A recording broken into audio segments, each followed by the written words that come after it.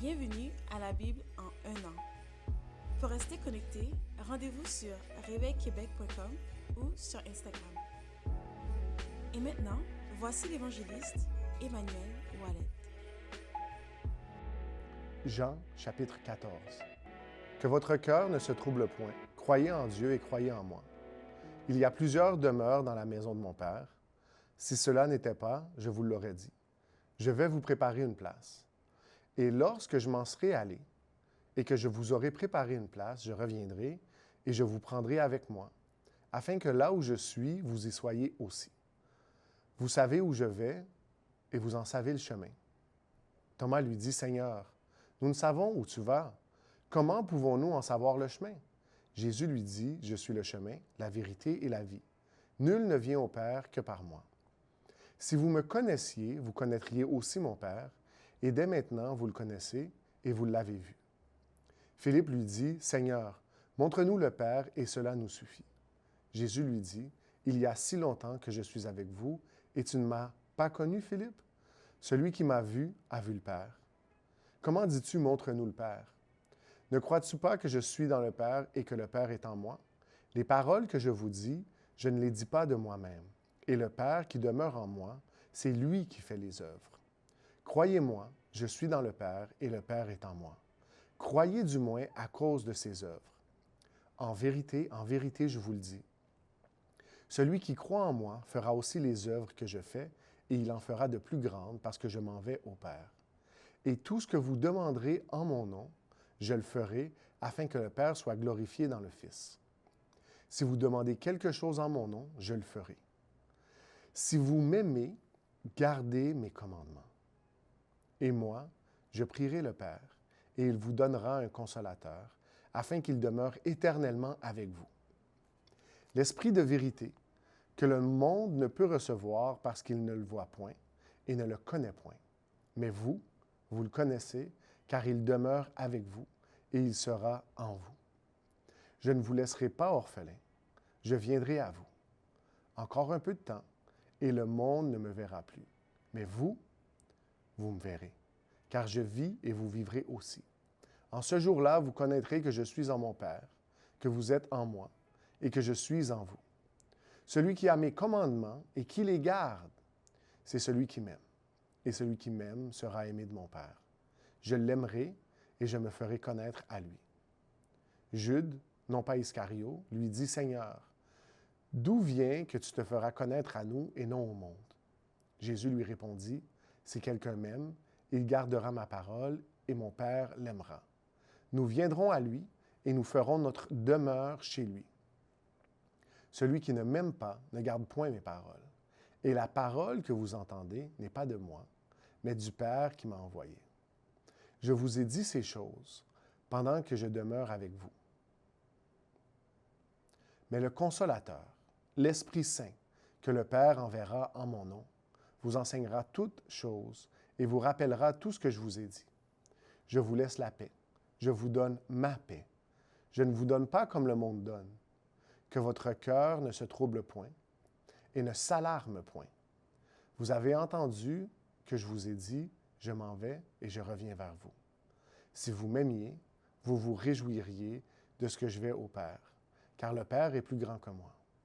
Et maintenant, je vous ai dit ces choses avant qu'elles arrivent, afin que, lorsqu'elles arriveront, vous croyiez. Je ne parlerai plus guère avec vous, car le prince du monde vient. Il n'a rien en moi, mais afin que le monde sache que j'aime le Père et que j'agis selon l'ordre que le Père m'a donné. Levez-vous, partons d'ici. Jean, chapitre 15. Je suis le vrai cep, et mon Père est le vigneron. Tout sarment qui est en moi et qui ne porte pas de fruit, il le retranche. Et tout sarment qui porte du fruit, il l'émonde, afin qu'il porte encore plus de fruits. Déjà, vous êtes purs à cause de la parole que je vous ai annoncée. Demeurez en moi, et je demeurerai en vous. Comme le sarment ne peut de lui-même porter du fruit, il ne demeure attaché au cep. Ainsi, vous ne le pouvez non plus. Si vous ne demeurez en moi, je suis le cep, vous êtes les sarments. Celui qui demeure en moi et en qui je demeure porte beaucoup de fruits. Car sans moi, vous ne pouvez rien faire. Si quelqu'un ne demeure pas en moi, il est jeté dehors, comme le sarment, et il sèche. Puis on ramasse les sarments, on les jette au feu, et ils brûlent. Si vous demeurez en moi, et que mes paroles demeurent en vous, demandez ce que vous voudrez, et cela vous sera accordé.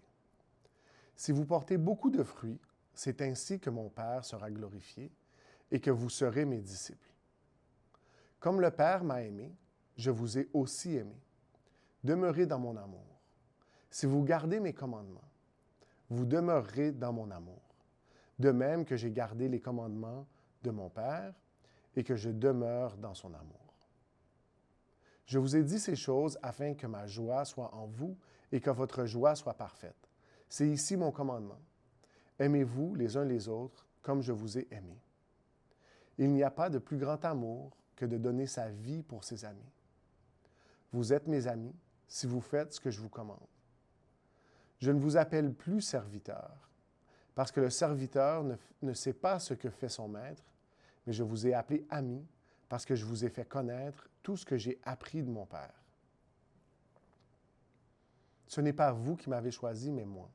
Je vous ai choisi et je vous ai établi, afin que vous alliez et que vous portiez du fruit, et que votre fruit demeure, afin que ce que vous demanderez au Père en mon nom, il vous le donne. Ce que je vous commande, c'est de vous aimer les uns les autres. Si le monde vous haït, sachez qu'il m'a haï avant vous. Si vous étiez du monde, le monde aimerait ce qui est à lui.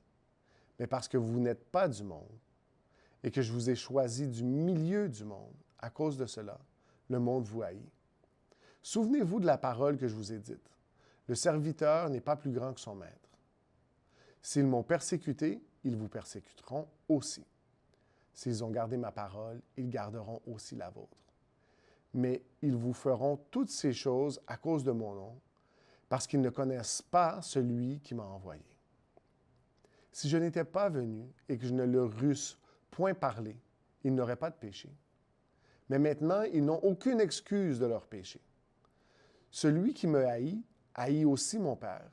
Si je n'avais pas fait parmi eux des œuvres que nul autre n'a faites, ils n'auraient pas de péché. Mais maintenant, ils les ont vus et ils ont haï et moi et mon Père.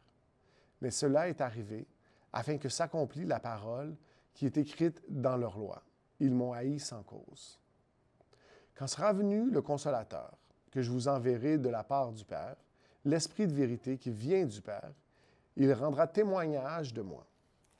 Et vous aussi, vous rendrez témoignage, parce que vous êtes avec moi dès le commencement. Genèse chapitre 15. Après ces événements, la parole de l'Éternel fut adressée à Abraham dans une vision, et il dit, « Abraham, ne crains point, je suis ton bouclier, et ta récompense sera très grande. » Abraham répondit, « Seigneur Éternel, que me donneras-tu? Je m'en vais sans enfant, et l'héritier de ma maison, c'est Éliézer de Damas. » Et Abraham dit, « Voici, tu ne m'as pas donné de postérité, et celui qui est né dans ma maison sera mon héritier. » Alors la parole de l'Éternel lui fut adressée ainsi. « Ce n'est pas lui qui sera ton héritier, mais c'est celui qui sortira de tes entrailles qui sera ton héritier. » Et après l'avoir conduit dehors, il dit, « Regarde vers le ciel et compte les étoiles, si tu peux les contempler. » Et il lui dit, « Telle sera ta postérité. » Abraham eut confiance en l'Éternel, qui le lui imputa à justice. L'Éternel lui dit encore, « Je suis l'Éternel qui t'ai fait sortir d'Ur en Chaldée pour te donner en possession ce pays. » Abraham répondit, « Seigneur Éternel, à quoi connaîtrai-je que je le posséderai? » Et l'Éternel lui dit, « Prends une génisse de 3 ans, une chèvre de 3 ans, un bélier de 3 ans, une tourterelle et une jeune colombe. » Abraham prit tous ces animaux, les coupa par le milieu et mit chaque morceau l'un vis-à-vis de l'autre, mais il ne partagea point les oiseaux. Les oiseaux de proie s'abattirent sur les cadavres, et Abraham les chassa. Au coucher du soleil, un profond sommeil tomba sur Abraham, et voici, une frayeur et une grande obscurité vinrent l'assaillir. Et l'Éternel dit à Abraham, « Sache que tes descendants seront étrangers dans un pays qui ne sera point à eux. Ils y seront asservis, et on les opprimera pendant 400 ans. Mais je jugerai la nation à laquelle ils seront asservis, et ils sortiront ensuite avec de grandes richesses.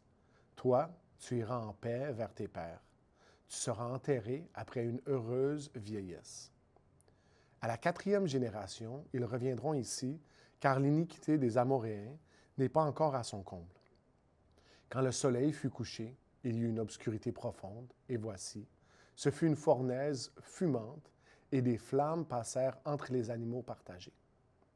En ce jour-là, l'Éternel fit alliance avec Abraham et dit, « Je donne ce pays à ta postérité, depuis le fleuve d'Égypte jusqu'au grand fleuve, au fleuve d'Euphrate, le pays des Kéniens, des Kénisiens, des Cadmoniens, des Étiens, des Phéréziens, des Réphaïm, des Amoréens, des Cananéens, des Girgasiens et des Jébusiens. » Proverbe 6, versets 20 à 35.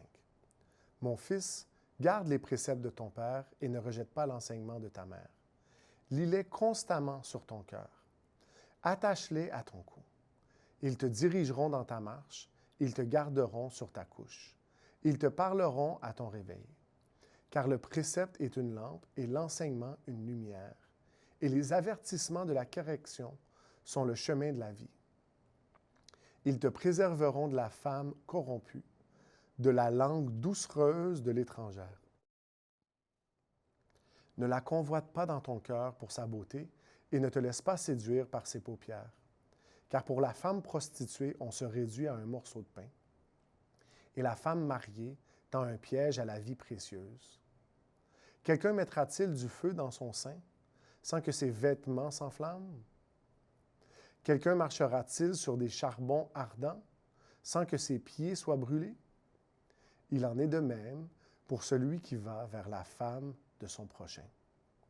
Quiconque la touche ne restera pas impuni. On ne tient pas pour innocent le voleur qui dérobe pour satisfaire son appétit quand il a faim. Si on le trouve, il fera une restitution au septuple. Il donnera tout ce qu'il a dans sa maison. Mais celui qui commet un adultère avec une femme est dépourvu de sens. Celui qui veut se perdre agit de la sorte. Il n'aura que plaie et ignominie, et son opprobre ne s'effacera point.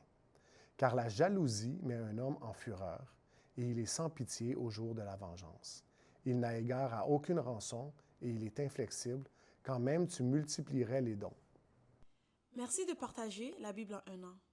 Si vous êtes intéressé à participer à la mission de partager l'Évangile à cette génération, visitez réveilquebec.com et cliquez sur « Donner maintenant ». Merci d'avance. Nous espérons vous voir bientôt.